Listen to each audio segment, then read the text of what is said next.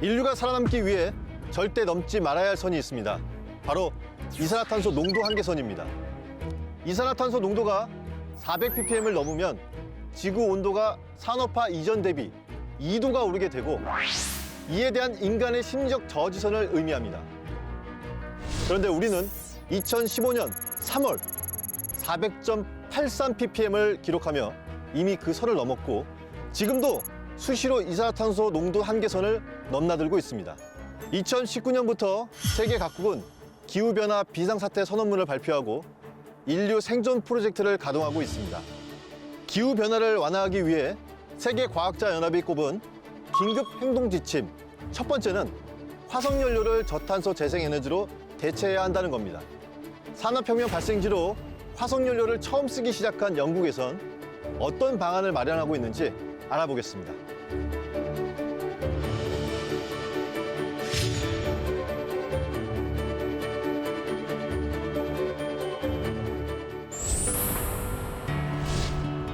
(2019년) 글로벌 주요 국가 중 가장 먼저 2050 탄소 중립 달성을 선언한 영국은 기후변화에 민감하게 반응하며 다양한 에너지 정책을 구체화하고 있습니다. 기계와 대량 생산으로 상징되는 산업혁명, 영국의 풍부한 석탄과 철강 자원을 바탕으로 꽃피웠고 인류 역사를 바꿔놓았습니다.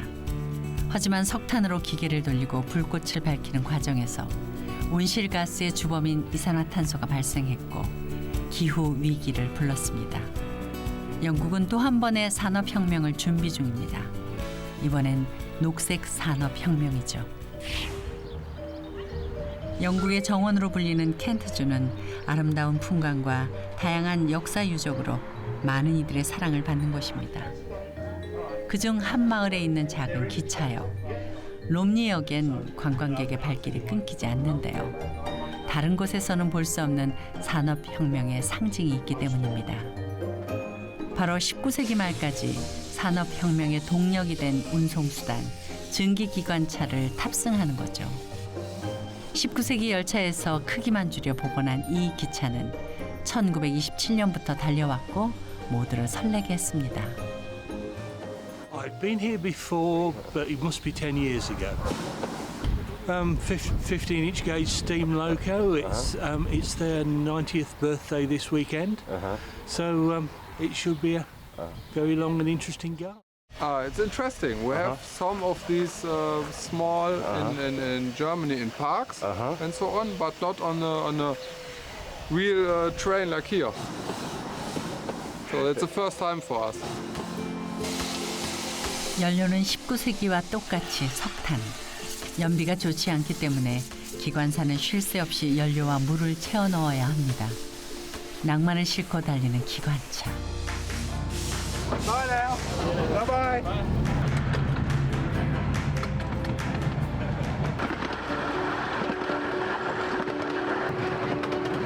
그런데 2025년이 되면 이 기차는 영국에서 유일하게 석탄을 원료로 쓰는 장치가 될지도 모릅니다. 영국은 2025년까지 모든 화석 연료를 없애겠다고 선언하고 실천 중이거든요. 2017년부터 석탄 없는 날을 지정해 석탄 화력 발전소를 멈춘 채 전국에 전기 공급을 했는데요. 2020년에는 장장 18일간 석탄 없는 날이 이어졌습니다. 영국이 석탄과 석유를 버리고 선택한 저탄소 에너지는 무엇일까요? The gas in the North Sea oil fields decreasing, so increasingly we import more and more of our gas, probably up to about 85% of our gas now. So that means we need to fill that energy gap with something. And in addition to that, in order to meet our greenhouse gas emissions, then we need to build new green power stations, and gas and coal aren't green. So that's why we need new nuclear, but in combination with other things, so renewables and other power producing. 지난해 12월 영국 정부가 발간한 에너지 백서 2020엔 탄소 중립을 위한 구체적인 시행 방안이 담겼습니다. 한마디로 정리하면 탈탄소화를 위해 다양한 에너지원에 적극 투자한다는 겁니다. 여기엔 재생에너지는 물론 원자력과 바이오매스도 포함됐습니다. 2018년 기준 영국의 에너지 비중은 가스를 이용한 화력 발전이 가장 높고 원자력이 20% 정도입니다. 2035년 이후엔 재생에너지와 원자력이 양분할 것으로 보입니다. 그러나 원자력 비중을 늘리기 위해선 해결해야 할 문제가 있습니다. 영국은 1956년 세계에서 가장 먼저 원자력 상업 운전을 시작한 나라입니다. 하지만 전력 산업 민영화 이후 원전 사업의 경제성이 악화되면서 투자가 없었고 관련 기술의 발전도 거의 전무한 상태입니다. Since the 1990s, it has lost the ability to build a nuclear power station. So we still do a lot of nuclear. It's just we do a very different form of nuclear than we did. 맨체스터 대학은 국가 정책의 변화에도 원자력 관련 연구와 연구자 육성을 위한 노력을 계속해 왔는데요. 현재 관심을 갖고 연구하는 건 소형 원자로를 비롯한 차세대 원자로 개발에 관한 것입니다. There's definitely needs to be a new generation of nuclear engineers who come in because a lot of the current expertise are starting to reach retirement age. So there's definitely a drive to get more people into the nuclear industry. 건설 기술과 함께 노후 원전 해체 기술도 주요 연구 분야입니다. 런던에서 차로 6시간 거리에 있는 컴브리아주 시스케일, 셀라필드 원자력 단지가 있는 곳입니다. 세계 최초 상업용 원전인 콜더홀을 비롯한 7개의 원전을 해체하는 작업이 진행 중이죠. 원자력 발전소의 탄생부터 해체까지의 전 과정을 세계에서 가장 먼저 경험한 이곳 주민들은 시행착오를 겪고 노하우를 쌓아가며 원전과 공존 중입니다. 이 마을 토박이 무어 씨에게 원자력 발전소는 삶의 일부나 다름없습니다. 그의 할아버지는 안전 문제에 대해 끊임없이 이의를 제기했고 공존을 위한 가장 합리적인 방법을 찾아냈습니다. 바로 끊임없는 소통과 투명한 정보 공유입니다. And a lot of it was because in the early days, the people that worked on site couldn't talk about what they did. So that secrecy was what made the distrust. And to make the industry open and transparent has allowed us to develop the trust because we now believe they tell us everything. This has taken 3 generations and 40 years in the making. 요즘 셀라필드 주민들의 가장 큰 화두 중 하나는 원자력 발전소의 퇴장 이후입니다. 원자력 발전소가 있던 자리에 박물관 설립 등 여러 가지 안을 논의 중인데 구체적인 부지 활용 방안은 아직 정해지지 않았습니다. 원전 단지에는 10,000명 정도의 인력이 관련된 일로 경제 활동을 하고 있습니다. 때문에 주민들은 원전 발전소가 떠난 자리에 새로운 원전 발전소가 들어서길 희망하고 있습니다. 정보 공개와 소통으로 쌓은 공존 노하우가 주는 자신감도 이 결정에 한몫했습니다.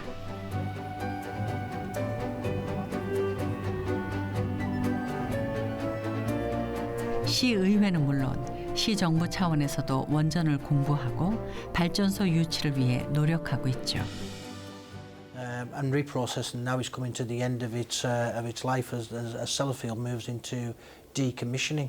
So you know we really welcome the project down at Sellafield to bring nuclear new build and new reactors, and it's vitally important to the whole country, as 7% of the UK's energy supply is going to become from the new nuclear plant. So you know it's the associated work around the nuclear new build and the inward investment that will trigger off huge opportunities and community benefit. 셀라필드가 가진 앞선 경험은 고리 1호기 등 상용 원전의 첫 해체를 앞두고 있는 우리나라에도 좋은 참고가 될 것입니다. 아울러 새로운 원전 건설 기술을 보유한 우리나라에는 원자력 발전 비중을 늘리려는 영국의 에너지 정책이 좋은 기회를 제공할 것으로 보입니다. Future use of nuclear technology is to make the best of the technologies we've developed today.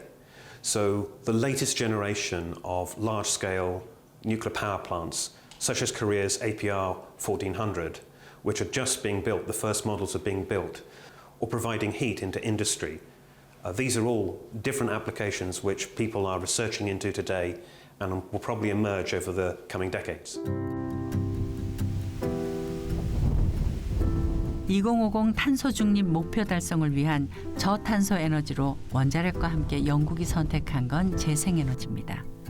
지금까지 영국에서 사용하는 재생에너지는 풍력, 태양광, 바이오매스, 수력 등입니다. 이 중에서 영국의 자연 환경에 맞게 가장 많이 활용한 발전 형태는 풍력입니다. We see the potential as very competitive from in particular for Britain. We don't have as much sunshine as you have in Korea. We don't have mountains as you have in Korea.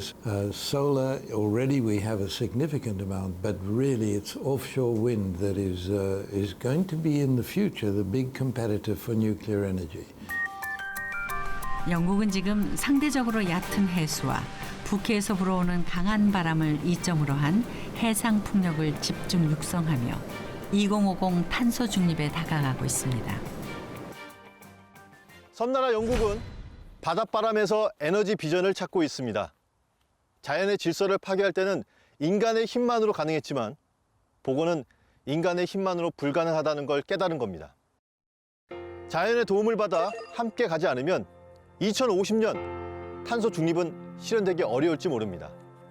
때문에 각 나라마다 갖고 있는 자연 환경에 맞는 방법을 찾는 것도 탄소 중립의 중요한 과정입니다. 2011년 후쿠시마 원자력 사고로 전 세계 에너지 정책에 큰 영향을 미쳤던 일본은 중앙정부 차원은 물론 각 지역별로 적합한 에너지 정책이나 탄소 제로 방안을 찾아 시행하고 있습니다. 일본에서 찾아낸 탄소 중립 방안은 무엇인지 만나보겠습니다. 지난 10년간 일본의 에너지 정책은 사고 수습 혹은 현상 유지에 맞춰져 있었습니다. 그러나 세계 3위 규모 경제국이자 2018년 기준 세계 5위 탄소 배출국이며 기후 위기 대응에 미온적이라는 국제사회의 눈총을 받아온 일본도 탄소 중립은 더는 미룰 수 없는 과제입니다. 我が国は2050年までに温室効果ガスの排出を全体としてゼロにする脱炭素社会の実現を目指すことをここに宣言いたします。 이 계획은 5대 주요 육성 분야에서 탄소를 감축하겠다는 목표를 담고 있습니다. 가장 중점을 두는 건 300억 톤 이상의 온실가스를 감축하겠다는 에너지 전환 영역입니다. エネルギーのもともとの形である一次エネルギー供給ですね。これなんですけども、日本は化石燃料が 85% ですね。多くを占めています。で、再エネが 12%、原子力が 3% になっています。これをですね、2030年度の見通しとしては、これを化石燃料を76%で、再エネを13から14、原子力を11から10と、このような形にすると、そのように考えております。 후쿠시마 원전 사고 이후 3%대까지 낮아진 원전을 다시 선택한 배경은 무엇일까? 핵심은 차세대 원전 실용화입니다. 특히 차세대 소형 원자로는 실현 가능성이 높은 것으로 알려져 있습니다. 출력은 10만에서 30만 킬로와트로 지금의 원전보단 낮지만 유사시 냉각이 쉬워 안전성이 높을 것으로 기대되는 원자로죠. 물론 아직 넘어야 할 산이 험한 것도 사실입니다. ジェネレーションでいうと 3.5 ぐらいっていう感じですかね。で日本の場合はですね、残念ながらその新しいそういう新型の新しい概念のですね原子炉の研究っていうのはちょっとやっぱり今足踏み状態です。一言で言うとこの10年間そういう研究はほとんどお休み状態。だいたいその福島の廃炉廃止措置に、人もお金もつぎ込まれてきたっていうそういうこの10年だったと思うんですよね。 때문에 차세대 원자로 현실화와 동시에 다양한 재생에너지 개발에 박차를 가하고 있는데요. 탄소 중립 목표를 이루겠다는 뜻을 함께하는 민간 기업의 역할이 중시되고 있습니다. 今ですね、国はですね、2040年までに大体45ギガワット、50ギガワットぐらいの洋上風力はなんとか持っていきたいというふうに思ってまして、それに向けて今民間もですね、どこまでできるかというのを探求しているところです。また再生可能エネルギーの例えばですね、地元との共生という面でいうと無理な開発によってですね自然環境を破壊されたりとかっていうことはもちろんダメですので、そういった地元との共生の観点であったりとかですね、そういったものも踏まえながらですね、しっかり最大限導入に向けて全力で取り組んでいくと、このように考えています。 지역과 공생을 중시하는 에너지 정책은 각 지역 환경에 맞는 발전 방식 도입으로 이어졌습니다. 일본 오카야마현은 면적의 80%가 산림으로 둘러싸인 전형적인 일본의 산촌인데요. 풍부한 산림 자원을 활용한 목질 바이오매스 발전으로 유명한 마니와시가 있습니다.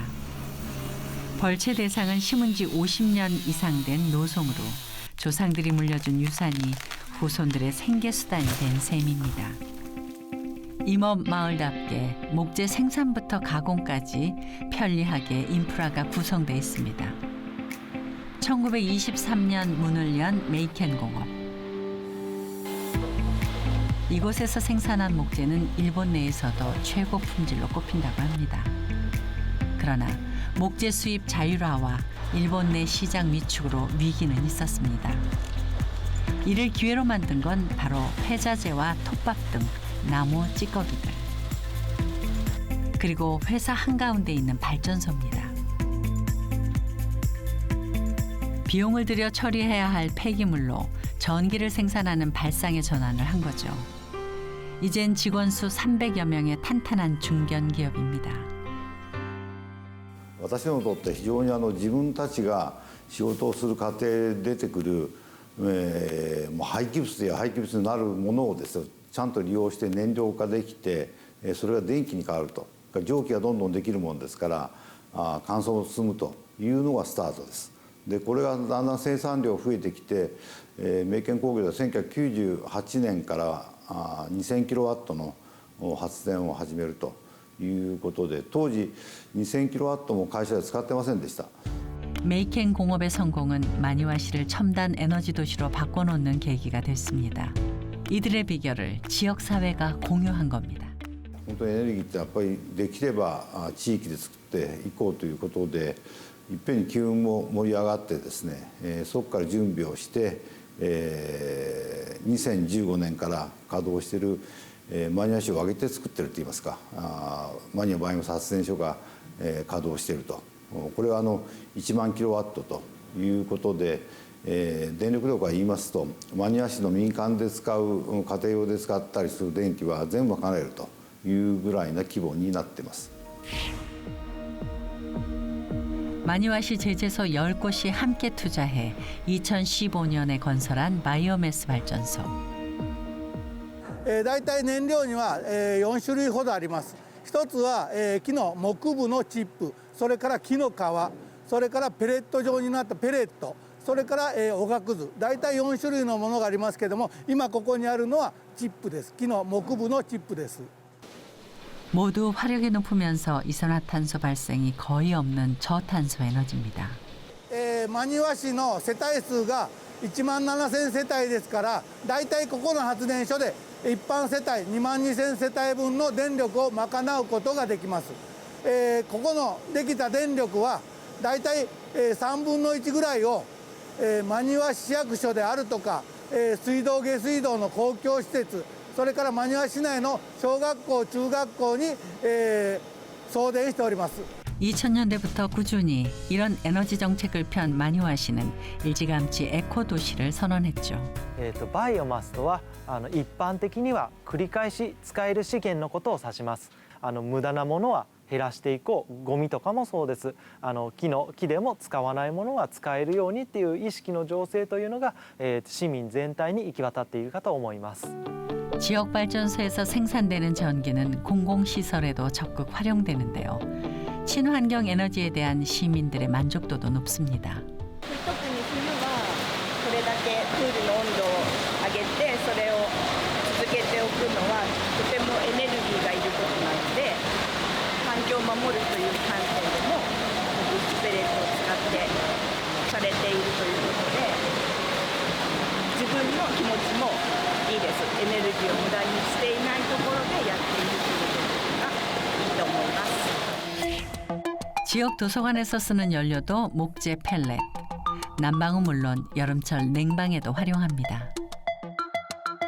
지역에 맞는 재생에너지 개발은 이제 환경을 위한 모두의 화두입니다. 自然エネルギー、再生可能エネルギーっていうのはもう固有のっていうかその国で作る自国のエネルギーですから、これはできるだけ増やせばいいと思いますね。ただし技術的なその壁があるのはもう見えてるので、補う意味での原子力発電所で場合によってはその、CCS っていう、火力発電で出てくる二酸化炭素を回収して貯蔵する、閉じ込めるっていうそういう技術も含めた火力発電の利用っていうのもこれ現実的にはあると思うんですよね。 환경오염의 주범, 이산화탄소를 자원으로 활용하는 일본 사가시로 가보죠. 이산화탄소에 관심을 갖게 된 계기는 쓰레기 소각 시설을 둘러싼 갈등이었습니다. 인근 주민들의 불만이 폭발했고 시에선 해결책을 찾아야 했습니다. もともとゴミ焼却場っていうのが生活には必要な施設なんですけども、住民の人たちからちょっと迷惑施設というふうにして嫌われるような施設なんですね。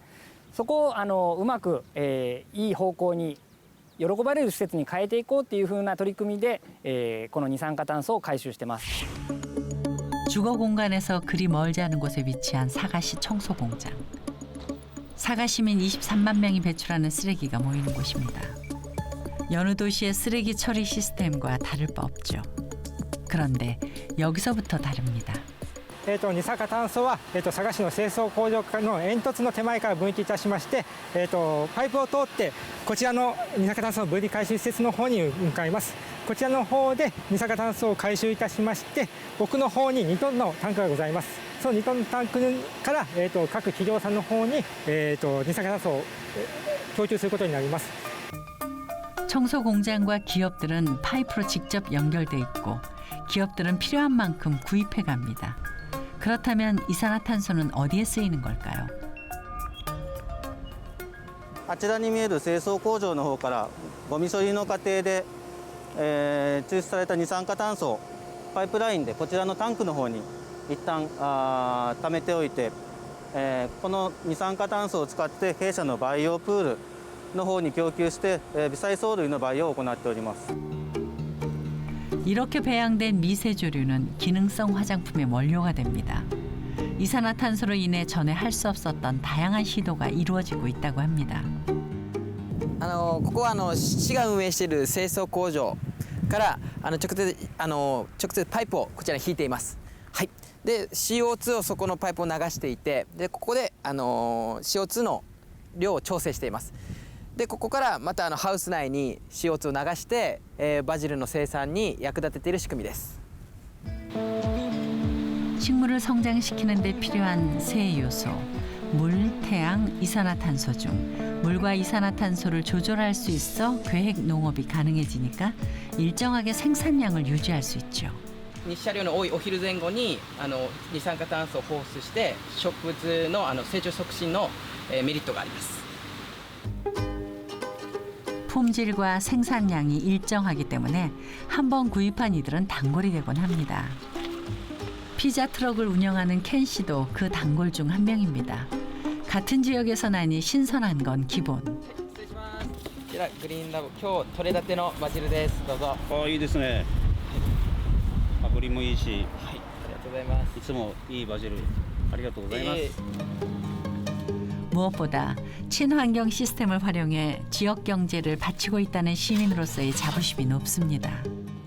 あとはこういう佐賀のこういう、焼却炉の熱を使った、ところで安定して1年間バジルを作れるっていうところで私たちの会社でもこのバジルを使いたいということになりました。はい、さっきお待たせしました。今日ギター買いに来た気がするんですけれども、よくいらっしゃるんですか？そうですね、来てる時は清掃工場、ゴミの焼却施設から出る二酸化炭素を活用してそのバジルを育ててるっていうことで、環境にも優しい取り組みですし、そういうのにも貢献できてこの購入するっていうのがいいかなと思って。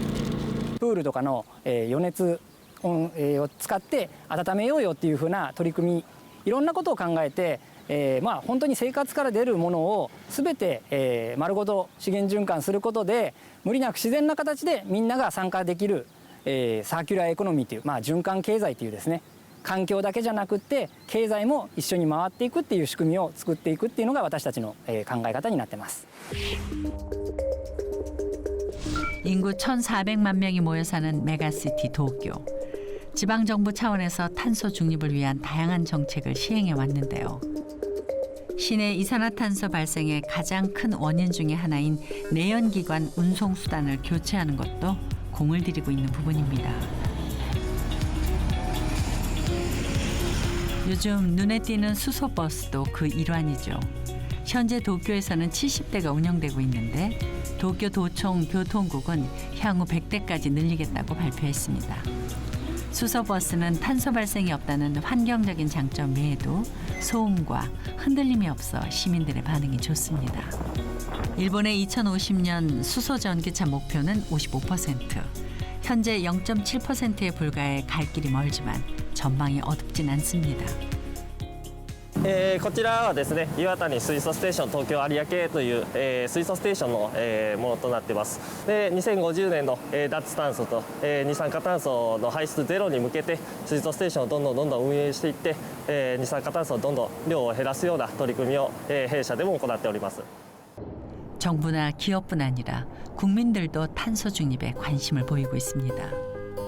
예전엔 자동차를 구입할 때 가격, 연비, 디자인 등을 따졌다면 요즘엔 다른 기준을 갖고 살피는 이들이 늘고 있죠. 家族で、車が欲しいなと思った時に良かったポイントとしては排気ガスがゼロ、つまり二酸化炭素 CO2 が一切出ないということがもう本当にすごいなというふうに思いました。 국민들이 동참할 수 있도록 정부도 혜택을 내놨습니다. 私が買った時は、2019年の2月の納車だったんですけれども、国から202万円の補助金と、東京都から101万円の補助金があったので、合計約300万円もお値引きをいただきました。 탄소 중립은 전 세계적 화두이고 지구에 살고 있는 모두가 동참해야 가능한 임무라는 점에서 시민 한 사람 한 사람의 참여가 절실합니다. 走ってて自分が気持ちいいし地球も気持ちいいっていうことなんで、参加多様しというかもうみんなハッピーなんじゃないかなと思います。 이제 지구를 위해 한 번 더 생각하고 한 번 더 살피는 현명한 소비가 필요한 시대입니다. 일본에 사는 나오키 씨와 한국에 사는 김남훈 씨는 같은 고민을 하다 지구를 위한 선택을 했습니다. 이렇게 우리나라에도 2050년 탄소 중립을 향해 달리는 운전자들이 늘고 있습니다. 2018년 수소차가 출시된 이후 총 판매량이 급속도로 올라가고 있죠. 충전소 부족 등 불편한 문제에도 불구하고 환경을 선택하는 이들이 늘고 있다는 방증입니다. 제가 15년 동안 자동차 한 대를 이용을 했었는데요. 그 차가 디젤 차였어요. 그래서 노후 경유차로 선정이 돼서 5등급 배출차죠. 그래서 오늘처럼 미세먼지 심한 날에는 4대문 안에 못 들어가는 그런 차였거든요. 그래서 제가 실질적으로 살 수 있는 친환경 자동차 SUV를 찾다 보니까 이 차, 수소전기차를 이제 구매하게 됐습니다.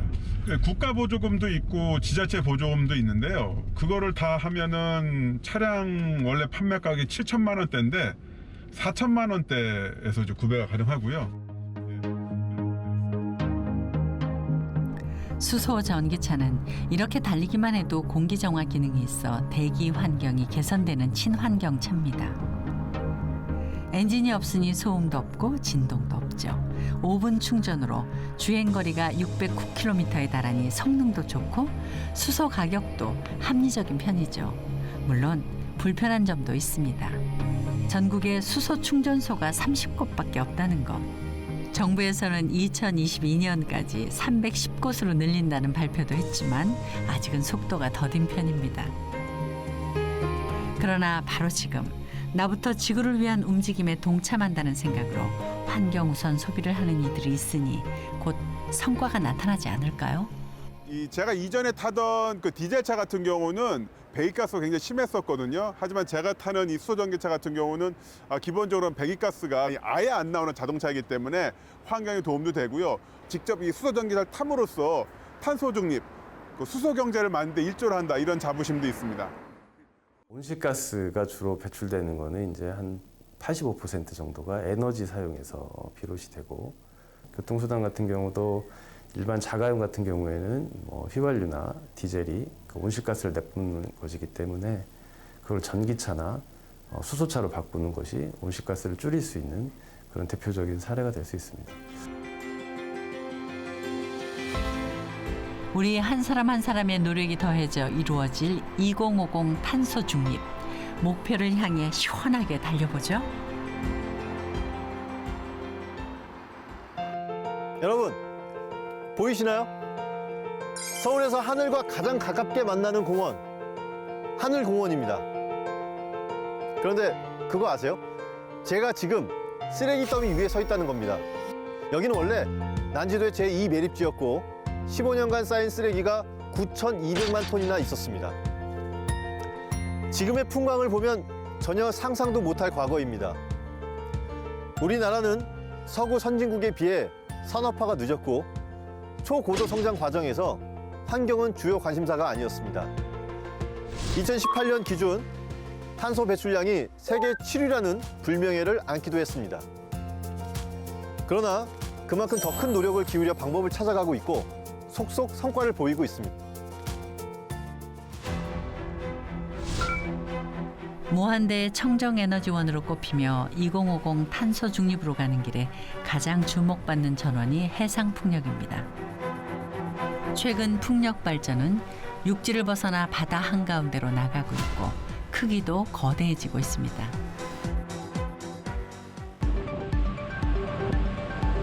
전라북도 부안군 격포항에서 배를 타고 30분을 달리면 서해바다 한가운데 줄지어 서 있는 거대한 풍력 발전기들이 보입니다. 해상 변전소와 풍력 터빈 20기가 설치된 곳이죠. 풍력 발전기의 높이는 해수면에서 약 100m, 각 발전기는 800m씩 떨어져 있습니다. 여기서 생산된 전력은 해저 케이블을 통해 전북 고창군과 부안군으로 보내집니다. 바다에 위치한 특성을 고려해 담수화 설비, 오염 유출, 방지 설비, 비상해상 탈출 설비를 갖추고 있고 원격 감시 제어 시스템도 구축해 무인 운영이 가능합니다.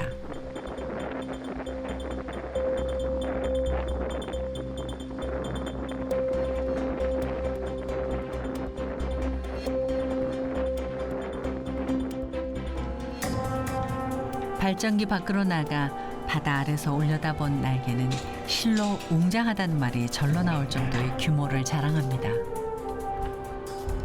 이 블레이드 길이가 몇 미터가 되나요? 이게 총 길이가요? 134m.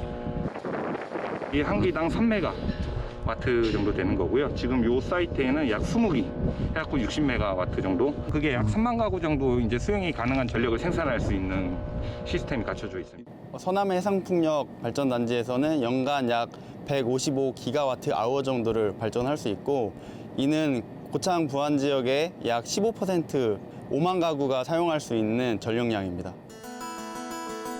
이 서남 해상 풍력 발전단지는 건설 당시부터 최신 기술의 각축장이었습니다.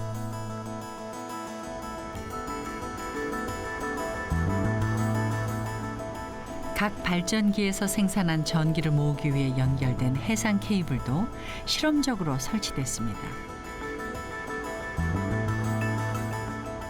또한 바람의 세기와 풍향에 따라 들쑥날쑥한 주파수와 전압으로 생산된 전기를 바로잡아 송전하는 시스템까지 쉬운 작업이 없었는데요. 한국해상풍력이 여러 최신 기술을 실증하는 이유는 해상풍력발전단지 개발 경력을 쌓기 위해서입니다.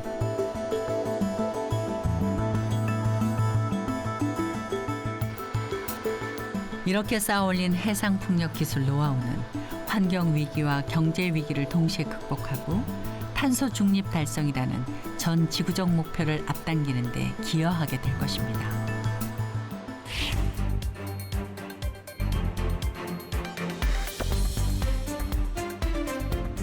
이렇게 얻은 기술력을 토대로 정부는 앞으로도 대규모 해상풍력 단지를 건설할 예정인데요. 역시 서해에 조성될 것이라고 합니다.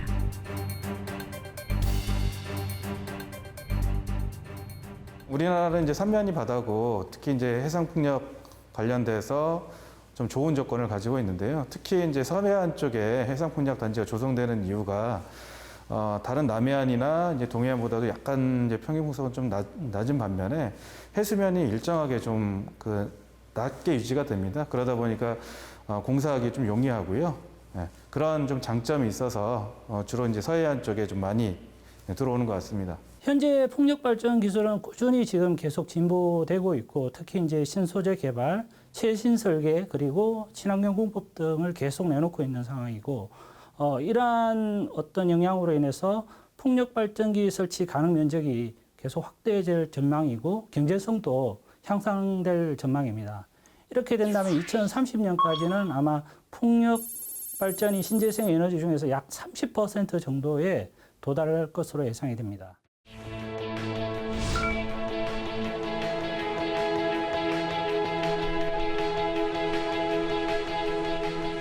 수력 양수 발전은 자연 지형을 크게 바꾸는 등 건설 단계에선 대규모 환경 파괴적 공사를 실시하지만 가동을 할 때는 발생되는 탄소가 거의 없는 대표적 저탄소 에너지원입니다.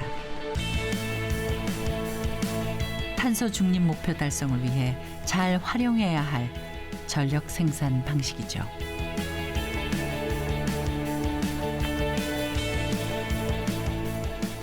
특히 태양, 바람 등 자연을 활용한 다양한 신재생 에너지 전환이 확대되는 가운데 기본을 받쳐주는 발전 방식으로 신뢰감을 주고 있습니다. 어떠한 변수가 생겨도 안정적인 전력 공급을 즉시 할 수 있다는 점에서 수력은 탁월한 장점을 갖고 있습니다.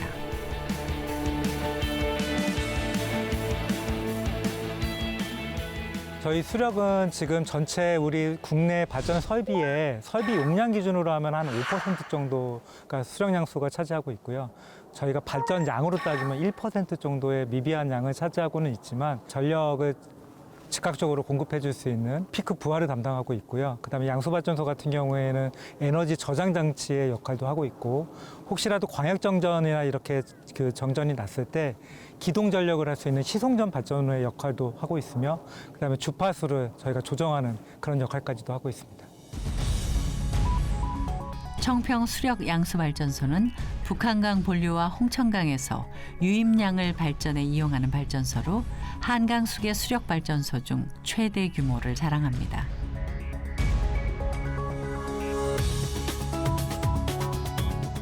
한국 수력 발전의 높은 기술력을 보여주는 양수식 수력 발전으로 2억 7,150만 킬로와트/아워의 전력을 생산하며 경인 지구에 공급하는 곳입니다.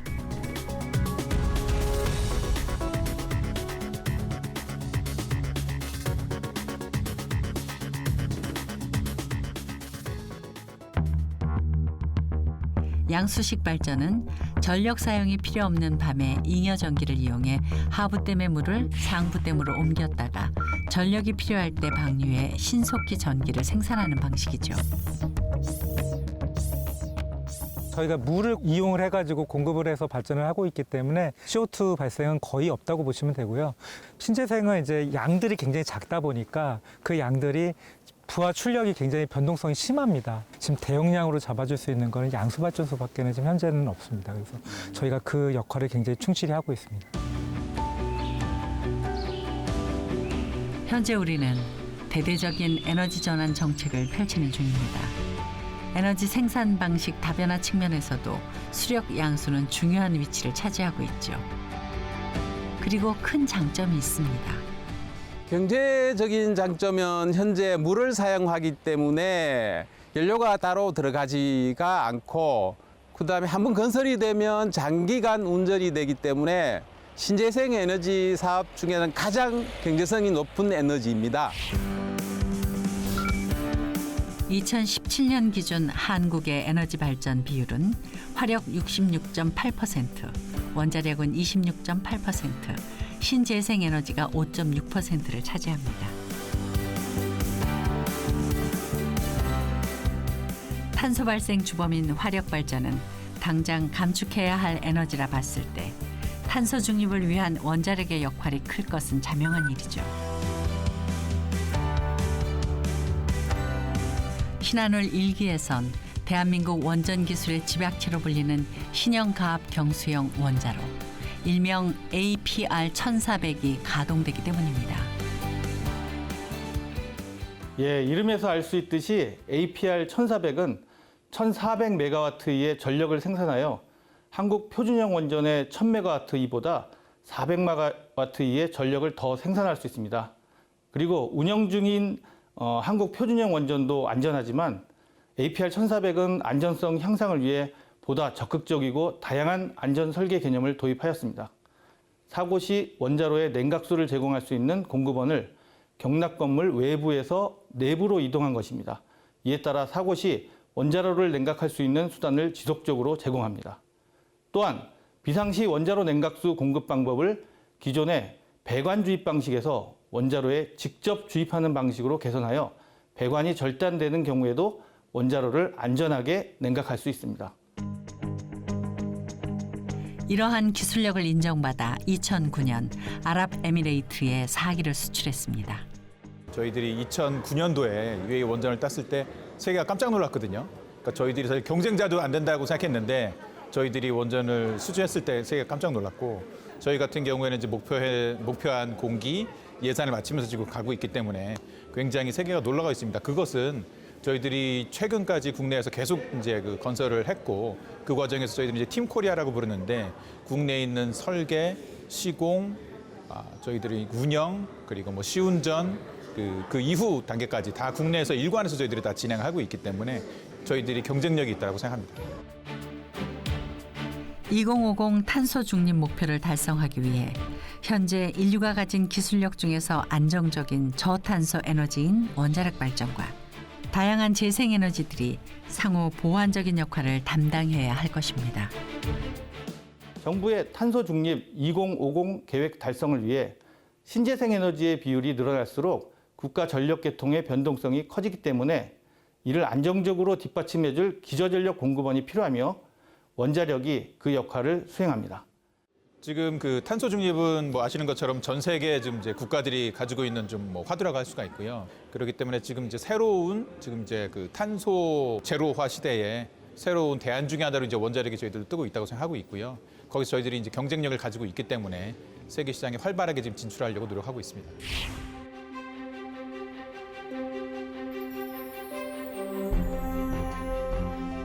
(2050) 탄소 중립 달성은 선택의 문제가 아니라 생존의 문제입니다. 지금 지키지 못하면 인류가 살아남을 곳이 없다는 위기의식을 갖고 지구와 환경을 지키기 위한 노력은 계속돼야 할 것입니다.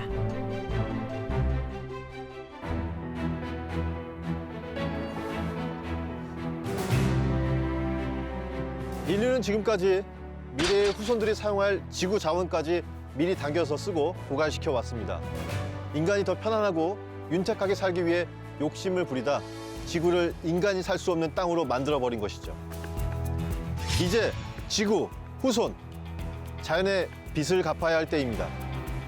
많이 늦었지만 돌이킬 수 없는 지점까지 온 건 아니니까요. 자, 여러분, 모두가 동참한다면 2050년 탄소 중립 실현하는 전 세계의 도전은 반드시 성공을 할 겁니다. 시작하자! 탄소 제로!